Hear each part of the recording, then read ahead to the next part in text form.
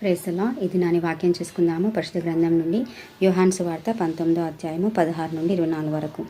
అప్పుడు సిలువ వేయబట్టుకై అతడు ఆయనను వారికి అప్పగించెను.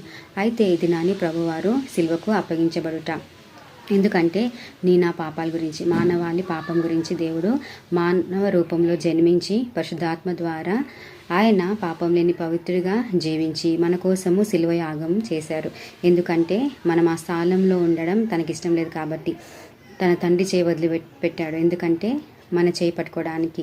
కాబట్టి ఈ స్థలంలో, ఈ స్థితిలో మనం ఏ స్థితిలో దేవుని ఎదుకు వెళ్ళగలుగుతున్నామా లేదా అనేసి ఒకసారి మనల్ని మనం గమనించుకోవాలి. సిలువ, క్రాస్ అంటే దాటిపోట కదా.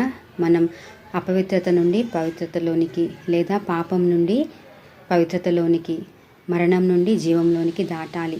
కాబట్టి ఇక్కడ క్రీస్తు ప్రభువారు మనందరి నిమిత్తము ఒక్కసారే అర్పించబడ్డారు. కాబట్టి ఆ యొక్క సిలువను మనం చూస్తూ సిలువ వైపు అడుగులు వేస్తూ సిలువ యుద్ధం నేర్చుకునే వారిగా ఉండకు ప్రయత్నం చేద్దాము.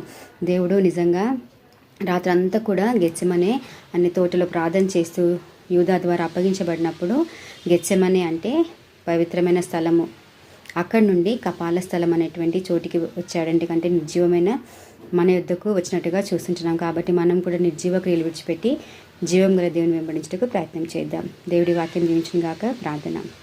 ప్రేమ నమ్మకం కలిగినటువంటి నామని చేసయ్యా, మీ పవిత్రమైన నామం బట్టి వందనాలు. ఈ రీతిగా తండ్రి, అవునేసయ్యా నాయనా, పాప పరిహారార్థ నిమిత్తం మా అందరి నాయనా పాపం అంతటిని భరించి సహించి ఓర్చుకొని ప్రభు మమ్మల్ని పాపం నుండి విముక్తులు చేసి అయ్యా ఉచితంగా అనుగ్రహించిన రక్షణ బాహుల్యాన్ని బట్టి కూడా వందనాలు ప్రభు. నిన్ను సిలువను వెంబడించే వారిగా అయ్యా నీ యొక్క పవిత్రతలో మేము పాలు పొందుకునే వారిగా ప్రభు, నీ అడుగుజాడు నడుచుటకు మరణం నుండి జీవంలోనికి, పాపం నుండి పవిత్రతలకు మనం నడిపించమని, మా పాపాలు, మా దోషాలు, మా అపవిత్రతలన్నింటినీ క్షమించమని యేసుక్రీస్తు వారి శ్రేష్టమైన నామమున ప్రార్థించడం వేడుకుంటున్నాం తండ్రి.